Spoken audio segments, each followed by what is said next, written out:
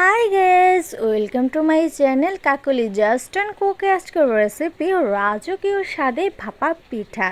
এই ভরা শীতে ভাপা পিঠা না হলেই নয়। তো চলুন ঝটপট শিখে নিই এই রাজকীয় স্বাদের ভাপা পিঠা। So let's starts. তো রাজকীয় সাথে ভাপা পিঠাটা করার জন্য আমি আতপ চালের ভেজা গুঁড়োটা নিয়েছি, আপনারা চাইলে শুকনোটা নিতে পারেন। তো এখানে আমি 6 কাপ চালের গুঁড়ো নিয়েছি। এখন স্বাদ মতো আমি লবণ দিয়ে দিচ্ছি। তারপর আমি হাতের সাহায্যে খুব ভালোভাবে মিশিয়ে নিয়েছি। কিন্তু তার আগে প্লিজ আমার চ্যানেলটা যদি সাবস্ক্রাইব করা না থাকে অবশ্যই সাবস্ক্রাইব করে দেবেন, আর পাশের বেল আইকনটি অবশ্যই অন করে দিবেন। তো দেখুন আমি খুব ভালোভাবে মিশিয়ে নিয়েছি। তারপর আমি নিচ্ছি লিকুইড দুধ। আমি 1 কাপ দুধে 20 টাকা দামের গুঁড়া দুধের প্যাকেট, পুরো প্যাকেটের দুধটাই আমি এই লিকুইড দুধে মিশিয়ে নিয়েছি। তবে আপনারা চাইলে শুধু লিকুইড দুধ তো নিতে পারেন, অথবা গুঁড়ো দুধটাও জলের সাথে মিশিয়ে নিতে পারেন, অথবা জল দিয়েও করতে পারেন। তবে জল দিয়ে করলে এই ভাপা পিঠাটার স্বাদটা কিন্তু অতটাও হয় না। তবে দুধ দিয়ে করলে এই ভাপা পিঠার স্বাদটা কিন্তু অনেক গুণে বেড়ে যায়। তো আমি একটু একটু দুধ দিয়ে এই ডোটা করে নেব। তো এই ডোটা করার জন্য কতটুকু দুধ লাগছে আমি পরে বলছি। তো এখানে প্রায় 1 কাপ 2 চামচ দুধ লেগেছে। তো এরকম মুষ্টি পেকে গেলে বুঝে যাবেন যে আপনার ডোটা হয়ে গেছে। আর ডোটা কিন্তু অনেকটাই আঠালো হয়।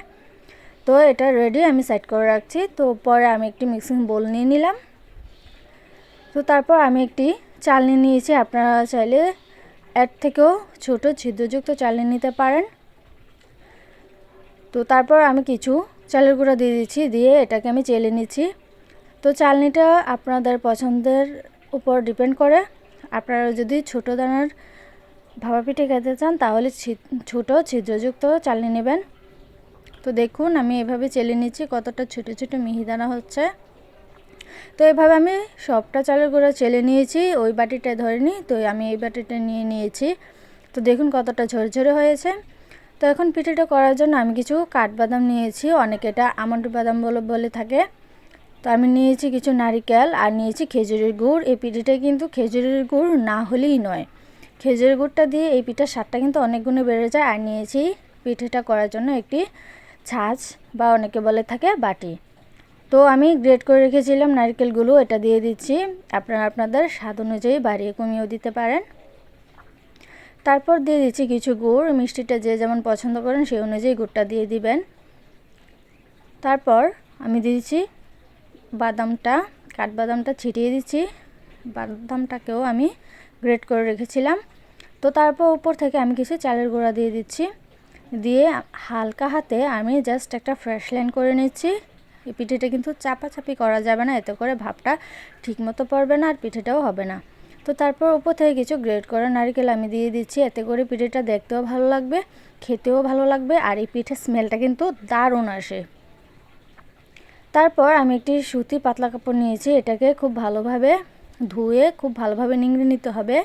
আর এই কাপড়টা কিন্তু অবশ্যই শুকনা নেবেন না, হালকা ভেজা ভেজা নেবেন, এতে করে পিঠেটা ভালো হবে, কাপড়ে পিঠেটা লেগে যাবে না। তো দেখুন একদম রেডি। তো এটাকে আমি ভাপে দিতে চলে যাচ্ছি। তো আমি একটি রেডি হাঁড়ি নিয়েছি, আপনারা চাইলে যে কোনো হাঁড়িতে এই কাজটা করতে পারেন। আর এই ছিদ্রটাকে যাতে লক না থাকে অবশ্যই সেদিকে খেয়াল রাখবেন। তো এই উপরের এই ছাঁচটাকে আমি টুকি মেরে উঠিয়ে নেব। এটা কিন্তু সাথে সাথে করতে হবে, তা না হলে গোড়াটা লেগে যাবে। আর এই হাঁড়িতে কিন্তু হাঁড়িটাকে 3 ভাগ করবেন, এর 1 ভাগ মানে 3 ভাগের 1 ভাগ এই জলটা দেবেন, এতে করে পিঠেটা ভালো আসবে আর উপরে জলটা চলে আসবে না। তো আমি একটু ঢেকে দিচ্ছি। তো এই পিঠেটা কিন্তু 1 মিনিটও লাগে না হতে, তারপরও আমি 1 মিনিটের মতো রেখেছি। আর এই পিঠেটা হয়েছে কিনা কীভাবে বুঝবেন, এভাবে একটু চেপে দেখবেন, যদি ড্রপ করে তাহলে বুঝবেন যে হয়ে গেছে। তো এটাকে আমি নামিয়ে নিচ্ছি। তারপর এটাকে আমি একটা বাটিতে নিয়ে নিচ্ছি। তো দেখুন এই যে পিঠেটা কতটা সুন্দর হয়ে গেছে। তো আমি আরেকটি পিঠে দিয়ে দিচ্ছি। আমি আবার বলছি, এই যে হাড়ের ছিদ্রটা যাতে লক না থাকে সেদিকে অবশ্যই খেয়াল রাখবেন, প্রয়োজনে একটা কাপড় দিয়ে মুছে নেবেন। তো আমি সেমভাবে এই পিঠেটাও দিয়ে দিলাম। আর বাড়িটা কিন্তু সাথে সাথে উঠিয়ে ফেলতে হবে। তারপর আমি আবারও ঢেকে দিলাম। তো এটাকে আমি আবারও উঠিয়ে নিচ্ছি। তো এভাবে আমি কিছু পিঠে করে নিয়েছি। তো দেখুন এই যে পিঠেগুলো কতটা কিউট লাগছে, এটা দেখতে যতটা কিউট খেতে কিন্তু ততটাই মজাদার। তো এভাবে আমি সবগুলো পিঠে করে আপনাদেরকে পরিবেশন করে দেখাচ্ছি। তো দেখেই বুঝতে পারছেন এই পিঠেগুলো কতটা সুস্বাদু হবে। তো এটা অবশ্যই বাসায় একবার ট্রাই করে দেখবেন, না খেলে বুঝবেনই না এটা কতটা স্বাদের। তো এই দেখুন এই পিঠেটা কতটা স্পঞ্জি, কতটা নরম, কতটা তুলতুলে, আর এটার লাইনটা কতটা ফ্রেশ হয়েছে। তো আমি একটা ভেঙে দেখাচ্ছি। এই যে দেখুন, ইচ্ছে করছে এখনই খেয়ে ফেলি, এতটা ইয়াম্মি লাগছে। তো এটা অবশ্যই কিন্তু বাসায় একবার ট্রাই করে দেখবেন, কারণ না খেলে বুঝবেনই না কতটা সুস্বাদু এই পিঠেটা। তো অবশ্যই আমার চ্যানেলটা যদি সাবস্ক্রাইব করা না থাকে অবশ্যই সাবস্ক্রাইব করে দেবেন, আর পাশে বেল আইকনটি অবশ্যই অন করে দিবেন। এবং যদি পেতে চান নিজেদের পছন্দ অনুযায়ী রেসিপি, তাহলে কিন্তু অবশ্যই কমেন্ট করে জানাবেন। আজকের এই ভিডিওটি দেখার জন্য আপনাদের অনেক অনেক ধন্যবাদ। Bye bye.